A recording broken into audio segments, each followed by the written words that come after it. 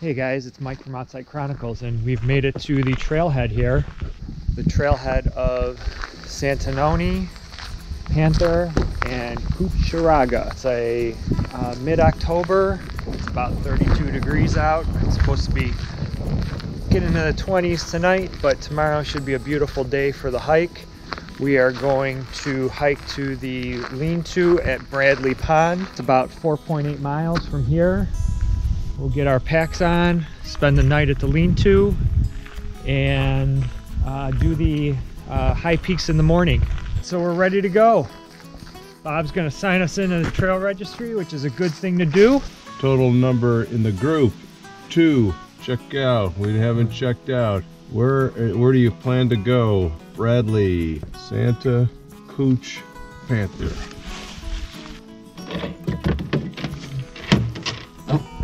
First part of this trail is a gravel road for what, the first mile 1.7? 1.7 miles is gravel road, and then we come to regular trail. We just passed a couple guys that did Santanoni today. They said it's not too bad. A little bit of ice at the top, needs the micro spikes.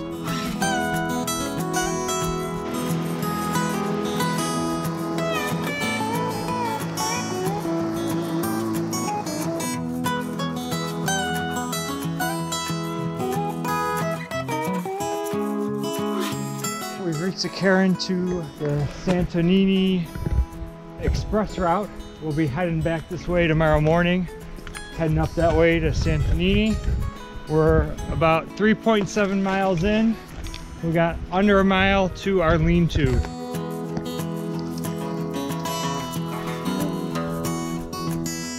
So we hit some kind of wonky trail markers here.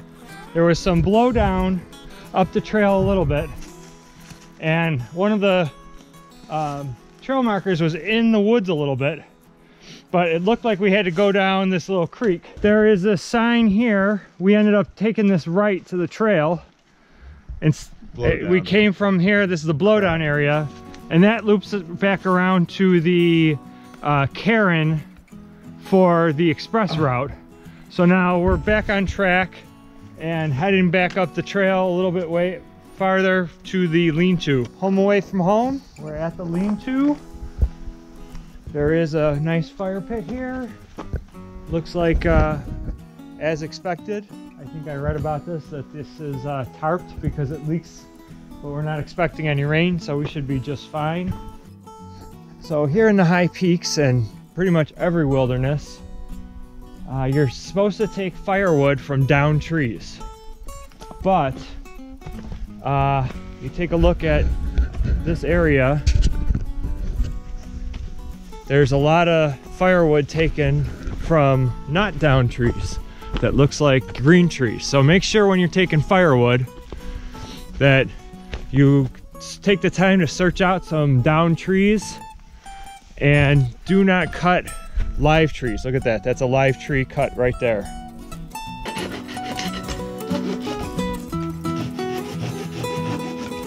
So our fire is pitiful.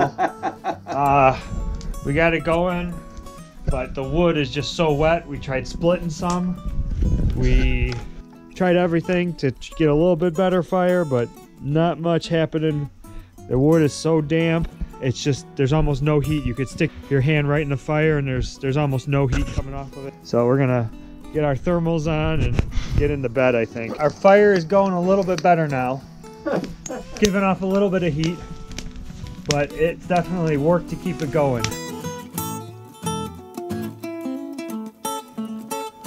Well, it's morning, and it was a cold night. We survived. We survived, got some sleep. We're just getting ready to take on the high peaks. We're gonna take the Santanoni Express.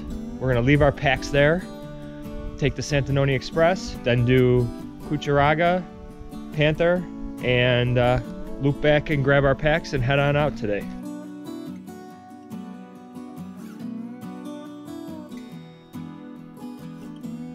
Right here, some kind of neat ice formation coming off the undercut here. They're kind of wispy, lacy pieces of ice. Okay, we're almost to the cairn. You can see the summit of Santanoni right there. That'll be our first mountain that we climb. Okay, so we're back at our cairn. We stashed our heavy pack in the woods, and we got a nice light pack, and we're heading up the Express.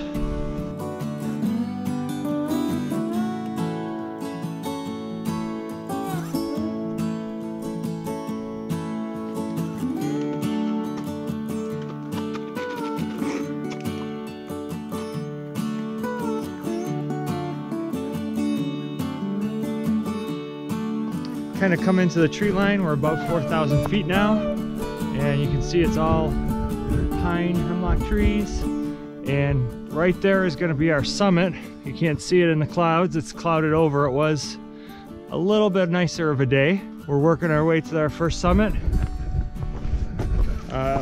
Things are going good, body feels good. We're staying warm even though it's a cooler day. Trail is kind of frozen, which is helping us. It's not muddy. We got our micro spikes on. That is a must. As you can see, we've gone over some exposed granite with ice on it, and I use Cthulhu micro spikes. There's other brands, but that one's pretty popular and pretty reliable. They've never let me down. They're working really good over the rocks, over the ice.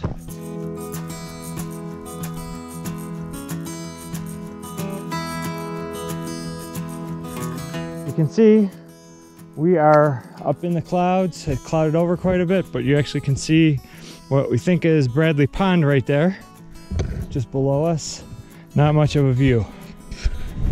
Santanoni. Not Santanini. Not Santanini. Santanoni Peak. We made it. But unfortunately for us, there is no views whatsoever. Nothing but clouds. But the air is crisp, everything is very vivid. The snow cover on the trees is very pretty.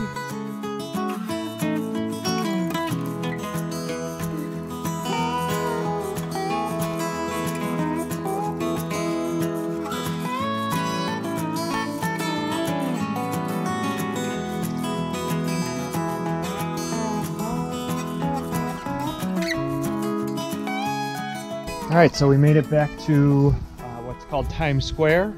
Here's the boulder. Our trail is going down this way to Couchsachraga. Long slog, only 3,700. It is considered a true 46er, but it's not over 4,000. We'll be back here on our way down to Panther. We got lucky, it's a little frozen. We can kind of step in some of the spots where there's trees. There's some people that put some logs down. But this would be ugly with a little more water and not frozen.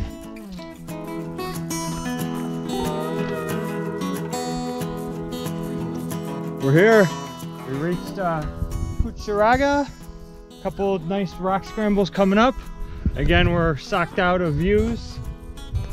Pretty cloudy, snowing a little bit, but we made it up. And now we're gonna head down back over to Panther. All right, we're back here at Times Square, and when we were here before, we had to double check our map. So these trails are what's called trailless. So they are not marked, unmaintained trailless.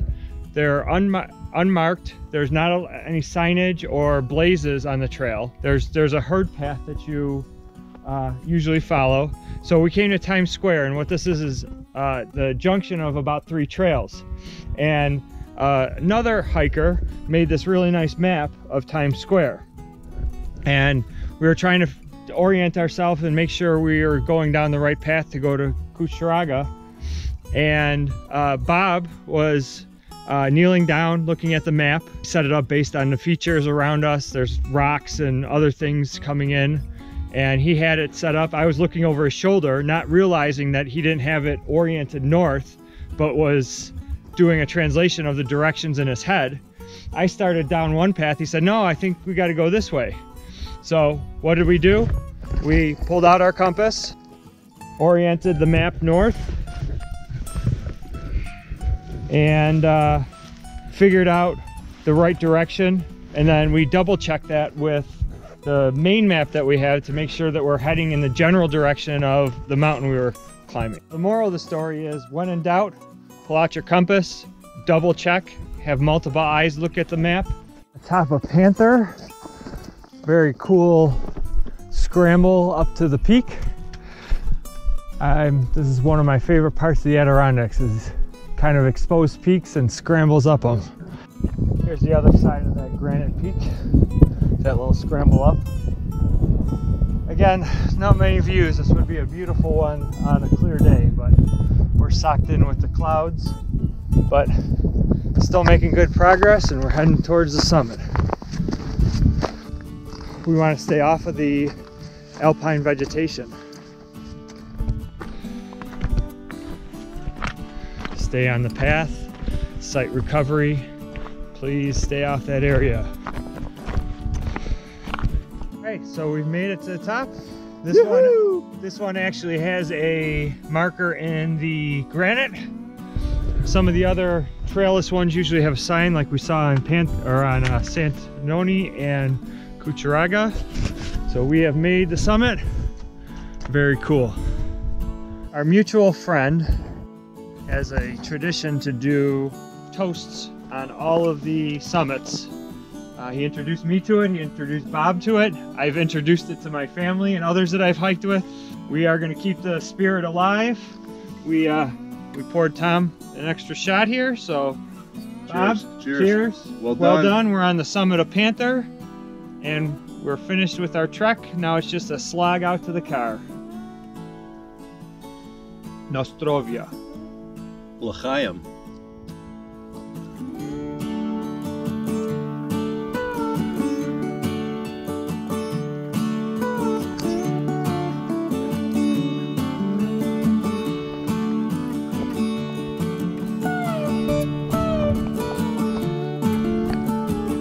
So we're going down Panther Brook.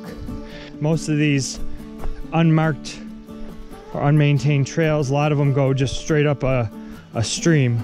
This one does that, and you just got to be careful of the rocks. The micro spikes are definitely coming in handy, and you know, it's tough at the end of the day like this after you've been hiking all day, because you really have to think about where you're planting,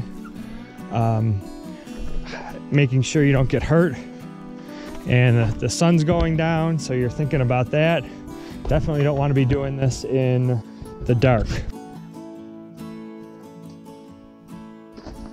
Pretty cool. We came to this cliff section. You can see there's some tall cliffs behind me, and it's kind of interesting because on the other side of this is all young pine trees.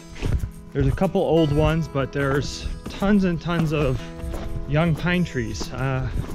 Not sure what the event was that caused this, but something spawned the growth of, killed some trees and then spawned the growth of these pine trees. So you can see them all along the path here.